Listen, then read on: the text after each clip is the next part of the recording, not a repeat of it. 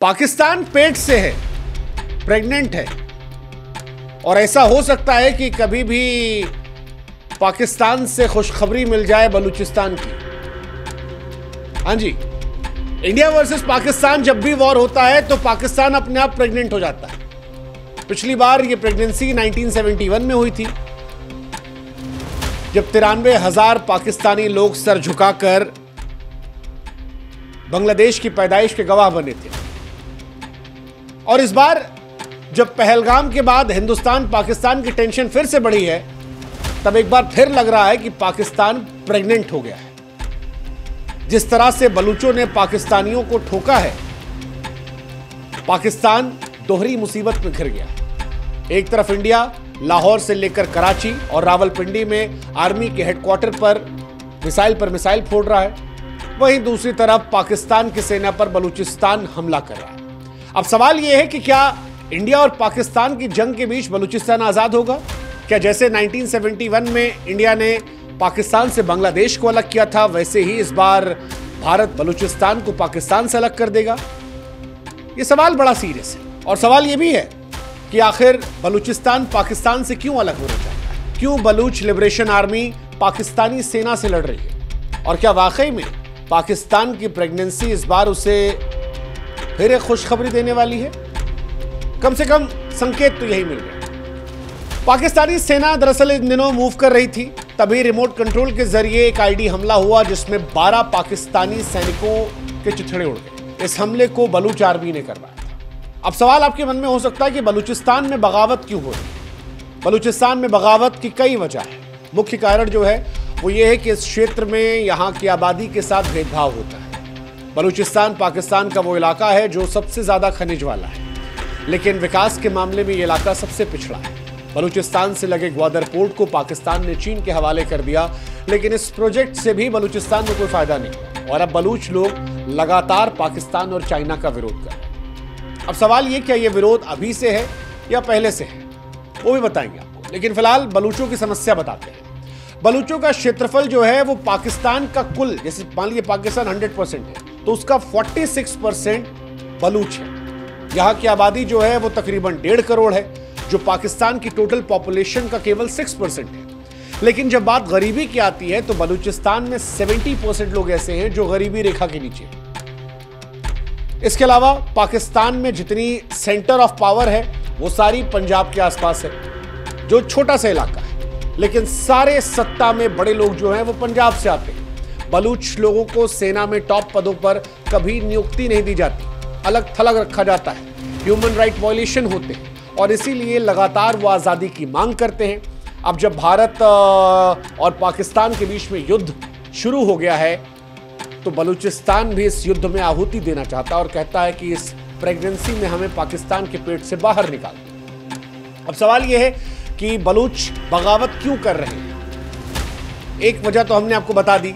दूसरी वजह यह कि बलूच अपनी अलग सांस्कृतिक और भाषाई पहचान जो ईरान और अफगानिस्तान से ज्यादा मिलती है, उसे बचाए रखना चाहते हैं। पाकिस्तान में पंजाबी वर्चस्व खेलते बलूचों को भेदभाव का सामना करना पड़ता है, और जब कभी वो इसके लिए आवाज उठाते हैं तो उनके नागरिकों को, उनके पत्रकारों को पीटा जाता है, अपहरण किया जाता है, और वो लंबे समय के लिए गायब कर दिए जाते हैं। और यही वजह है कि बलूचिस्तान में पाकिस्तान के खिलाफ लंबे समय से जंग चल रही है। अगर हाल फिलहाल की बात करें तो कई बार बलूचों ने पाकिस्तान पर अटैक किया। जैसे 1 फरवरी 2025 को 18 पाकिस्तान के जवानों को ऊपर भेज दिया। 12 मार्च 2025 को ट्रेन हाईजैक किया, 200 सैनिकों की हत्या की। 16 मार्च 2025 को बस पर हमला किया, 90 सैनिकों की मौत हुई। 6 मई 2025 को 6 सैनिकों को मार डाला। 7 मई 2025 को 12 सैनिकों की हत्या कर दी। बलूच लगातार विद्रोह कर रहे हैं, और अब भारत में उन्हें उम्मीद नजर आ रही है कि भारत उनकी प्रेगनेंसी में डॉक्टर का काम करेगा और पाकिस्तान से निकालकर उन्हें अलग पलने, पोसने और बढ़ने का मौका देगा। लेकिन अब सवाल यह कि बलूचों की कहानी क्या है? तो बलूचों की कहानी जो है वो भी वहीं से शुरू होती है जहां से पाकिस्तान का जन्म हुआ था। ब्रिटिश शासन के दौरान कई सारे ऐसी रियासतें थी जो डायरेक्टली ब्रिटिश शासन में नहीं थी।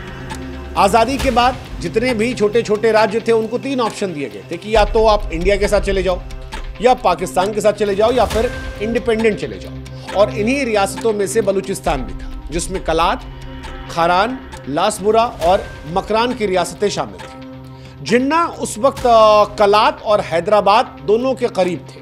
दोनों के साथ उन्होंने संवाद किया और कहा कि दोनों इंडिपेंडेंट हो जाएं। हालांकि इंडिया ने बाद में हैदराबाद को अपने साथ शामिल कर लिया। 13 सितंबर 1948 को सैन्य कार्रवाई के बाद हैदराबाद इंडिया में शामिल हो गया था, लेकिन इससे पहले ही मुस्लिम लीग और कलात ने घोषणा पत्र पर समझौता कर दिया। दरअसल कलात को डरा धमकाकर बहकाकर जिन्ना ने उन्हें अपने तरफ कर लिया। जिन्ना ने उन्हें आश्वासन दिया था कि उनकी अलग पहचान को मिटाया नहीं जाएगा, लेकिन जो कलात मुस्लिम लीग की बात मान लिए थे उन्हें सबसे बड़ा धोखा मिला, क्योंकि कलात की स्वतंत्रता का सम्मान करने की बात जिन्ना ने कही थी। मोहम्मद अली जिन्ना जो उस वक्त सभी छोटी छोटी रियासतों को ऑफर कर रहे थे, उन्होंने कलात को भी ऑफर किया था। कलात के अलावा भी जैसे जूनागढ़ था, हैदराबाद था, भोपाल था, राजस्थान रहा, तमाम इलाकों को जिन्ना ऑफर कर रहे थे कि आप आइए हमारे साथ, आपकी सारी बातें मान ली जाएंगी। जिन्ना की कोशिश थी कि जो हमारे पास आ जाए वो अच्छा है, लेकिन कलात नहीं जाना चाह रहा था। लेकिन जब इंडिया और हैदराबाद का कॉन्फ्लिक्ट हुआ, उस बीच में जिन्ना ने काफी ज्यादा मैनिपुलेट किया। कलात को ये आश्वासन दिया कि आप हमारे साथ रह लीजिए, हम आपकी अलग पहचान को जिंदा रखेंगे। लेकिन जिस मुस्लिम लीग ने कलात की स्वतंत्रता का सम्मान करने की बात कही थी, उसने बलूचिस्तान पर कब्जा कर लिया। सेना चला। पाकिस्तान बनने के बाद बलूचिस्तान में विद्रोह की आवाज उठती रही और बलूचिस्तान वाले लगातार पाकिस्तान का विरोध करते रहे। हालांकि बलूचिस्तान हमेशा से फारस और हिंद साम्राज्य के बीच पूरब से लेकर पश्चिम तक एक सैंडविच की तरह रहा। बलूचिस्तान के उत्तर में पड़ोसी अफगानिस्तान को भी तमाम युद्ध का दंश झेलना पड़ा। हालांकि अफगानियों के पास एडवांटेज ये कि उनके पास बड़े बड़े पहाड़ हैं उनकी सुरक्षा के लिए, जो बलूचियों के पास थे। स्टेट ऑफ कलात को कई लोग पाकिस्तान का हैदराबाद भी कहते थे। कलात स्वतंत्र रियासत थी जिसने पाकिस्तान से दोस्ती की थी, लेकिन जो जिन्ना शुरुआत में कलात के हिमायती थे, वो बाद में अपना मन बदलते हैं और कलात को अपने जागीर समझ लेते हैं। अब कईयों के मन में सवाल है कि जिन्ना क्यों बदला। 1947 में जिन्ना को रियासतें चाहिए थी। वो चाहते थे कि ज़्यादा से ज़्यादा देश जो है वो पाकिस्तान के साथ चले जाए, लेकिन जब पाकिस्तान बन गया तब जिन्ना बदल गए। वैसे भी सियासत में कोई एक बात नहीं होती है, वक्त के साथ चीज़ें बदलती हैं। इसलिए जो नेताओं के बयान पर भरोसा करता है उससे ज़्यादा बेवकूफ़ कोई नहीं है, और यही भरोसे के चलते धोखा बलूचों को भी मिला। बलूचों को जबरन पाकिस्तान में मिलाया गया। भारत और बलूच के संबंध क्यों नहीं बने, ये भी सवाल कई बार उठता है। कई बार ये कहा जाता है कि नेहरू को ऑफर दिया गया था कि बलूचिस्तान को मिला लीजिए। हालांकि बलूचिस्तान और भारत की भौगोलिक दृष्टिकोण में काफ़ी दूरियां हैं। बलूचिस्तान भले पाकिस्तान में शामिल है, लोगों का मन वहाँ नहीं है। बलूच लोग कई बार इंडिया से जुड़ने की बात करते हैं, कई बार इंडिया से मदद मांगते हैं, लेकिन दिक्कत यह है कि बलूच का इलाका अलग है। जैसे जूनागढ़ पाकिस्तान नहीं जा पाया। जूनागढ़ के नवाब ने पाकिस्तान में शामिल होने का मन बनाया था, लेकिन जूनागढ़ जहां है वहां से पाकिस्तान में रहना आसान नहीं था। इसी तरह जहां कलात है वहां से भारत में रहना मुमकिन नहीं था। कई बार ये भी कहा था कि मुसलमान हैं इसलिए कलात लोग को पाकिस्तान के साथ हो जाना चाहिए। हालांकि मुसलमान और बलूच ये वाला लॉजिक जो है वो यहाँ नहीं चलता, क्योंकि मुसलमान होना काफ़ी नहीं है, और इसका जवाब बलूच के लोग देते हैं। 1947 में मीर गौस बख्श नेशनल पार्टी के सदस्य थे। उन्होंने एक स्टेटमेंट दिया था कि हमारी संस्कृति ईरान और अफगानिस्तान की तरह अलग है। अगर केवल मुसलमान होने की वजह से शामिल होना चाहिए, तब तो दुनिया के सारे मुल्कों को एक हो जाना चाहिए जो मुस्लिम है। ईरान और अफगानिस्तान क्यों अलग है? उन्होंने कहा कि बलूचों को डराया जाता है कि परमाणु हथियारों के दौर में हम रक्षा नहीं कर सकते, लेकिन बलूच के लोग सवाल उठाते हैं कि जब अफगानिस्तान, ईरान और तमाम ऐसे देश हैं मुसलमान जो अपनी रक्षा कर रहे हैं, अपनी संप्रभुता को बनाए हुए हैं, तो ये क्यों रक्षा नहीं कर सकते? क्यों पाकिस्तान इनके साथ दमन कर रहा है? ये सवाल अपने आप में महत्वपूर्ण है। हालांकि पाकिस्तान की इकलौती समस्या बलूच नहीं है। पाकिस्तान 3 तरफ से टूट सकता है। वो जो प्रेगनेंसी का जिक्र हम कर रहे थे, वो ट्रिपलेट्स पैदा कर सकती है। कैसे? एक बवाल खैबर पख्तूनख्वा में चल रहा है, तो खैबर पख्तूनख्वा भी पाकिस्तान से निकल सकता है। एक बवाल गिलगित बाल्टिस्तान से निकल रहा है, और एक समस्या जो है बलूच की हमने आपको बताई। अब सवाल ये है कि अगर भारत हमला कर देता है तो क्या बलूच साथ खड़े होंगे?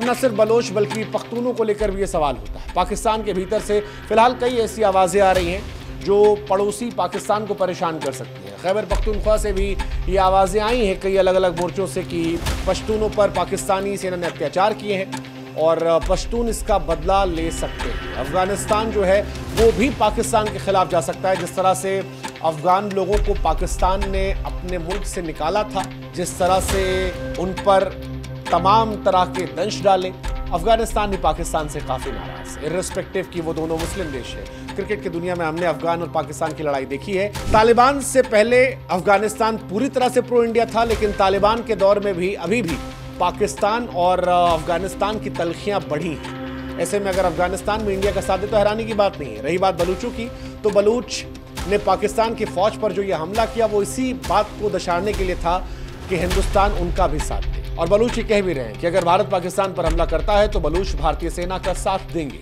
बलूचिस्तान में लंबे समय से पाकिस्तान सरकार के खिलाफ आवाजें उठ रही हैं और जब भारत का नाम शामिल हुआ तो ये कूटनीतिक दृष्टिकोण से और बड़ा माना जा रहा है, क्योंकि बलूचों को भी इसमें अपनी उम्मीद दिख रही है जो सालों साल से ठगा हुआ और शोषित महसूस करते हैं। अब सवाल ये कि क्या वाकई में बलूचिस्तान अलग हो जाएगा, इसी बार हो जाएगा? इतना आसान नहीं, बट नामुमकिन भी नहीं है। अफगानिस्तान और बलूच विद्रोही भारत का साथ इसलिए दे रहे हैं क्योंकि उन्हें पाकिस्तान के साथ साझा तनाव और भारत के साथ रणनीतिक हित मेल खाते दिख रहे हैं। अफगानिस्तान भारत को एक विश्वसनीय सहयोगी के तौर पर दिख रहा है, जबकि बलूच विद्रोही जो हैं वो पाकिस्तान के खिलाफ अपनी लड़ाई में भारत से नैतिक या फिर अप्रत्यक्ष समर्थन की उम्मीद कर रहे हैं। हालांकि यह समर्थन सीमित होगा या खुलकर होगा, ये देखने वाली बात है, क्योंकि अगर समर्थन खुलकर होगा तो फिर वो समर्थन कई जोखिमों के साथ आता है। इसके अलावा क्षेत्रीय वैश्विक शक्तियां जैसे अमेरिका, रूस, चीन, इनकी भूमिका भी यहां पर काफी इंपॉर्टेंट है। लेकिन एक बात जो हम दावे से कह सकते हैं वो ये कि पाकिस्तान की मुसीबतें कम नहीं। बलूचों ने सुनिश्चित किया कि उन्हें भी उम्मीद दिख रही है। वो उम्मीद जो खैबर पख्तूनख्वा वालों को दिख रही है, वो उम्मीद जो गिलगित बाल्टिस्तान वालों को दिख रही है, वो उम्मीद जो भारत को पीओके वापस लाने में दिख रही है, वही उम्मीद बलूचों को दिख रही है। अगर ये फुल फ्लेजेड वॉर होती तो ऐसा हो सकता है कि पाकिस्तान इस बार प्रेगनेंसी में बलूचिस्तान को जन्म दे। ऐसा हो सकता है। अगर ऐसा हुआ तो इंदिरा गांधी ने बांग्लादेश बनाया, मोदी साहब शायद बलूचिस्तान बना देंगे। वैसे भी सियासत को जानने वाले कहते हैं कि मोदी साहब का लॉन्ग टर्म विजन है कि पाकिस्तान का एक टुकड़ा कर इतिहास के पन्नों में अपना नाम अमर कर ले। क्या ऐसा होगा? हिंदुस्तान, पाकिस्तान, बलूचिस्तान के जो लोग हैं वो इस बात की टिप्पणी कर सकते हैं। बाकी आप हमें से जुड़िएगा, आप जुड़ेंगे तो हमारी ताकत बढ़ेगी। इंतजार रहेगा। जय हिंद, जय भारत।